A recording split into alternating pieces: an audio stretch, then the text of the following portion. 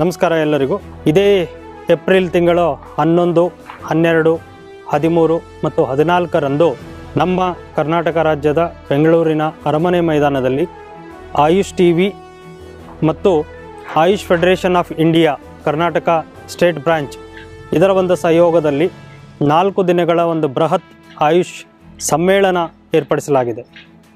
ಸಕಾರಣ ಇದು ರಾಜ್ಯದಲ್ಲಿರ್ತಕ್ಕಂಥ ಎಲ್ಲ ಆಯುಷ್ ವೈದ್ಯರು ಈ ಒಂದು ಸಮಾರಂಭದಲ್ಲಿ ಭಾಗವಹಿಸಬೇಕು ಮತ್ತು ಅಲ್ಲಿ ನಮ್ಮ ದಿನನಿತ್ಯದ ಪ್ರಾಕ್ಟೀಸ್ನಲ್ಲಿ ಬೇಕಾಗ್ತಕ್ಕಂಥ ಹಲವಾರು ಮಾಹಿತಿಗಳನ್ನು ಈ ಸಂದರ್ಭದಲ್ಲಿ ಪಡೆಯಬಹುದಾಗಿದೆ ಮತ್ತು ನಮ್ಮ ವಿಜ್ಞಾನಗಳಲ್ಲಿ ಆಗ್ತಕ್ಕಂಥ ಬೆಳವಣಿಗೆಗಳನ್ನು ಕೂಡ ಈ ಸಮಾವೇಶದಲ್ಲಿ ಚರ್ಚಿಸಲಾಗುವುದು.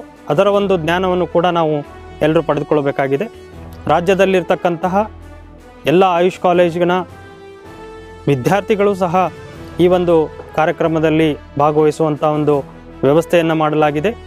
ಕರ್ನಾಟಕ ರಾಜ್ಯದ ಎಲ್ಲ ಆಯುಷ್ ವೈದ್ಯರು, ಆಯುಷ್ ಶಿಕ್ಷಕರು, ಆಯುಷ್ ವೈದ್ಯಾಧಿಕಾರಿಗಳು, ಸರ್ಕಾರಿ ಸೇವೆಯಲ್ಲಿರ್ತಕ್ಕಂಥ ಎಲ್ಲ ವೈದ್ಯಾಧಿಕಾರಿಗಳು, ವಿದ್ಯಾರ್ಥಿಗಳು ಮತ್ತು ಆಯುಷ್ ಚಿಂತಕರು ಈ ಒಂದು ಸಮಾವೇಶದಲ್ಲಿ ಭಾಗವಹಿಸಲಿದ್ದಾರೆ.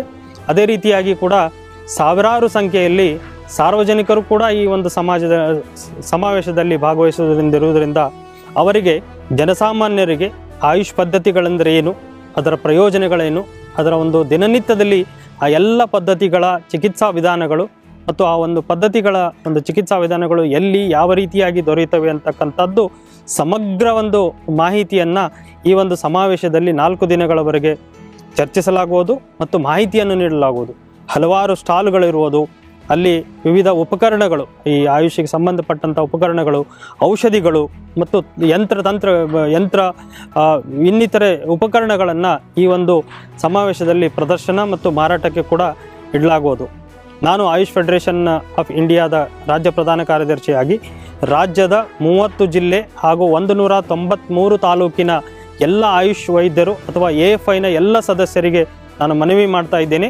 ಈ ಒಂದು ಕಾರ್ಯಕ್ರಮದಲ್ಲಿ ತಾವೆಲ್ಲರೂ ಭಾಗಿಯಾಗುವುದಲ್ಲದೆ ವಿದ್ಯಾರ್ಥಿಗಳನ್ನು ಮತ್ತು ಸಾರ್ವಜನಿಕರನ್ನು ಕೂಡ ಈ ಒಂದು ಕಾರ್ಯಕ್ರಮದಲ್ಲಿ ಭಾಗವಹಿಸುವ ಹಾಗೆ ಒಂದು ಮನವೊಲಿಸಿ ಒಂದು ಸರ್ಕಾರದ ಹಂತದಲ್ಲಿ ನಾವು ಆಯುಷ್ ವೈದ್ಯರು ಸಮಾಜ ಸೇವೆಯಲ್ಲಿ ಎಷ್ಟು ಮುಂಚೂಣಿಯಲ್ಲಿದ್ದೇವೆ ಮತ್ತು ಆಯುಷ್ ಪದ್ಧತಿಗಳ ಅವಶ್ಯಕತೆ ಈಗಿನ ಜನಮಾನಕ್ಕೆ ಎಷ್ಟು ಇದೆ ಅಂತಕ್ಕಂಥದ್ದನ್ನು ಸಾಬೀತುಪಡಿಸುವಲ್ಲಿ ತಾವೆಲ್ಲರೂ ಕೈ ಜೋಡಿಸ್ತೀರಿ ಅಂತಕ್ಕಂಥ ಒಂದು ವಿಶ್ವಾಸ ನನ್ನಲ್ಲಿದೆ.